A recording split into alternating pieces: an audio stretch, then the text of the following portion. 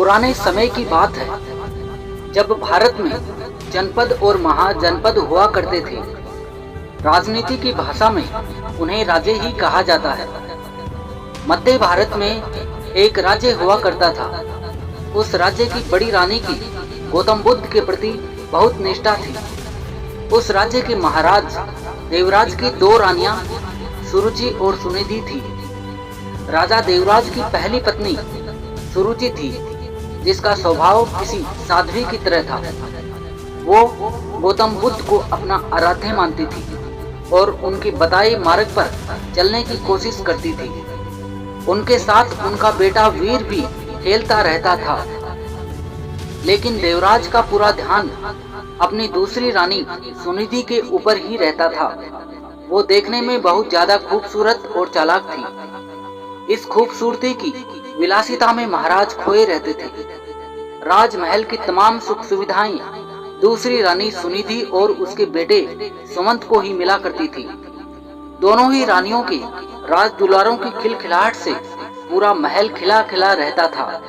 राज्य के लोगों को भी पता चल चुका था कि उन्हें होने वाला राजकुमार मिल चुका है। राज्य के लोग अक्सर सोचा करते थे कि भविष्य में राजगद्दी पर कौन बैठेगा, तो इस पर अधिकतर लोगों का मत सुरुचि के पुत्र वीर के ऊपर ही था कि भविष्य के राजा वही होंगे, क्योंकि धर्म और नीति के अनुसार बड़े पुत्र को ही राजगद्दी मिलनी चाहिए। लेकिन समय के चक्र को कुछ और ही मंजूर था। देवराज की पहली पत्नी सुरुचि का स्वभाव बड़ा शांत और न्याय संगत था। वो धर्म, न्याय और बौद्ध धर्म की बातें किया करती थी। माँ की संगत पाकर बेटा वीर भी उसी स्वभाव का हो गया था। वीर अब बड़ा हो रहा था। उसका स्वभाव ऐसा हो गया था कि उसे जो भी मिलता वो भी माँ की तरह संतुष्ट हो जाता था। समय का फेर चलता है और एक दिन राज्य का राज दरबार सजा हुआ था। उसी दिन भावी राजा के नाम की घोषणा भी की जानी थी। सभी इस बात को लेकर आत्मविश्वास से भरे हुए थे कि होने वाला राजा वीर ही होगा। महाराज अपनी रानी सुनिधि के साथ सिंहासन पर बैठे हुए थे। महाराज छोटे बेटे सुमंत को दुला रहे थे। वहीं वीर अपनी मां सुरुचि के साथ दरबार में बैठा हुआ था। सभी राजपुरोहितों ने वीर की मां को बता दिया था कि आज राज दरबार में वीर के राज तिलक की पूजा है, उसे तैयार करके लाना। वीर की मां सुरुचि ने भी बड़े दुलार से अपने बेटे को तैयार किया और ईश्वर के सामने प्रार्थना की। महल में शंख बजने शुरू हुए। राजपुरोहितों ने वीर का नाम भी लिया। बालक वीर सौम्य स्वभाव में पिता की गद्दी की तरफ बढ़ा और अपने पिता का आशीर्वाद लिया। पिता आशीर्वाद देने के लिए हाथ उठाते कि दूसरी रानी सुनिधि ने पीछे धकेल दिया। वीर की आंखों से आंसू बहने लगे। भरे राज दरबार में गुस्से से आग बबूला रानी सुनिधि ने वीर की कलाई को मोड़ दिया था। उन्हें सिंहासन पर पहुंचने से रोक दिया गया। फिर सुनिधि ने अपने कड़े शब्दों और सख्त आवाज में कहा कि तुम इस सिंहासन और महाराज की गोद में बैठ नहीं सकते। सिंहासन में बैठने वाला काबिल हो या ना हो, वो चहेती रानी का पुत्र ही होना चाहिए। तुम दासी के बराबर वाली रानी के पुत्र हो।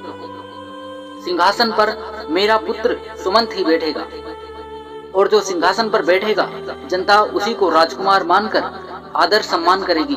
तुम जाओ अपनी माता के पास और बुद्ध की सेवा करो। मेरे रहते हुए तुम्हें मान सम्मान कभी नहीं मिल सकता।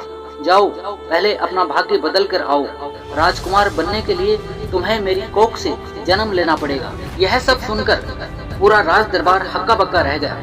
सभी आश्चर्य भरी नजरों से महाराज देवराज की ओर देखे जा रहे थे कि महाराज कुछ बोल क्यों नहीं रहे। लेकिन महाराज बोलते भी क्या, वे नजरें झुकाए बैठे थे, क्योंकि उनकी आंखों और मन पर तो रानी सुनिधि की खूबसूरती और विलासिता का पर्दा पड़ा हुआ था।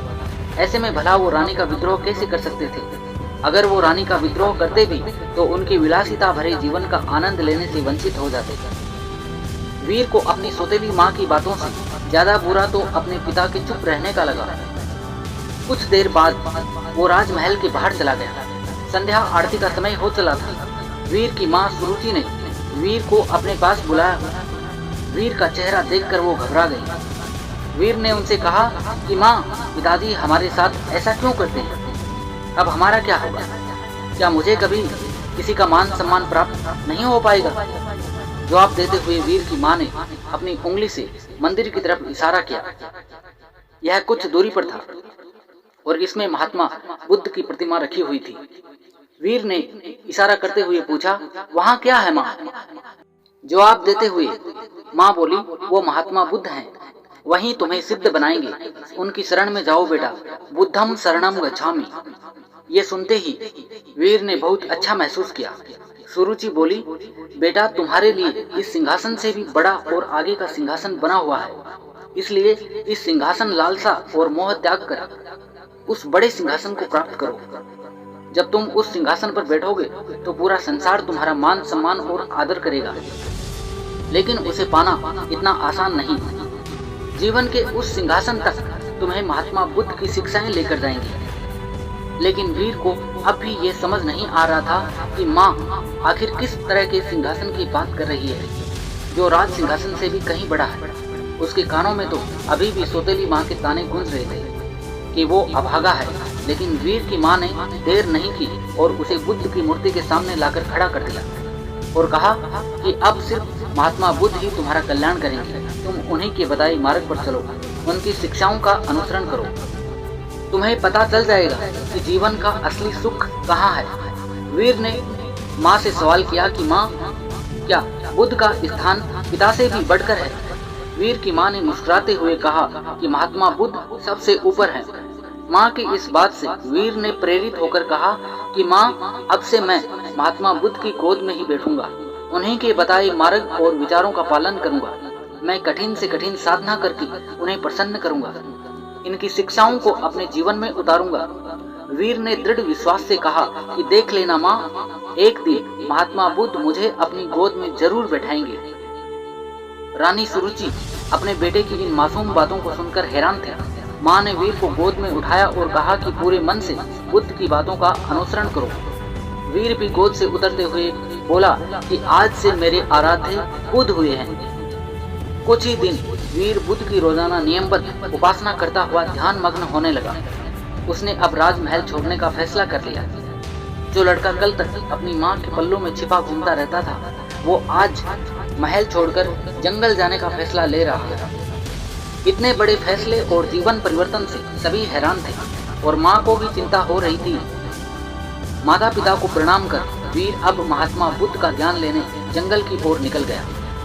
महाराज देवराज को भी अपनी गलती का एहसास होने लगा, लेकिन अब भी वो कुछ नहीं कर पाए।